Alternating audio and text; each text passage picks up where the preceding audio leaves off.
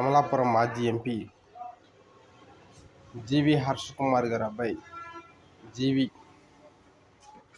సుందర్ ఉమ్మడి తూర్పుగోదావరి పశ్చిమ గోదావరి గ్రాడ్యుయేట్ ఎలక్షన్స్లో ఎమ్మెల్సీ క్యాండిడేట్గా పోటీ చేస్తూ ఉన్నారు.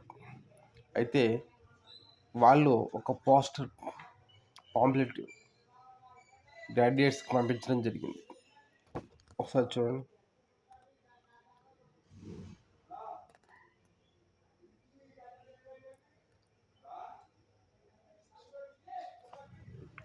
జీవి హర్ష్ కుమార్ గారు ఈరోజు వరకు కాంగ్రెస్లోనే ఉన్నారు.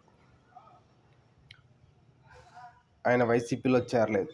అప్పుడప్పుడు చంద్రబాబు నాయుడు గారి మీద సెటైర్లు మాత్రమే వేస్తారు. అయితే ఈ సుందర్ అనే వ్యక్తి పాంప్లెట్ని వైసీపీ కలర్స్ యూస్ చేసి తద్వారా వైసీపీ ఓట్ని లాక్కునే ప్రయత్నం చేస్తూ ఉన్నారు. మీ అందరికీ తెలుసు, ఈ ఎలక్షన్స్లో వైసీపీ పోటీ చేయట్లేదు. క్యాండిడేట్ని కూడా జగన్మోహన్ రెడ్డి గారు పెట్టలేదు. సో ఇది గుర్తించి మీరు ఓట్లు వేయండి. ఈ పోస్టర్, ఈ వ్యక్తి వైఎస్ఆర్సీపీ కాదు.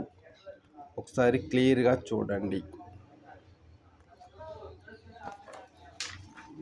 Thank you.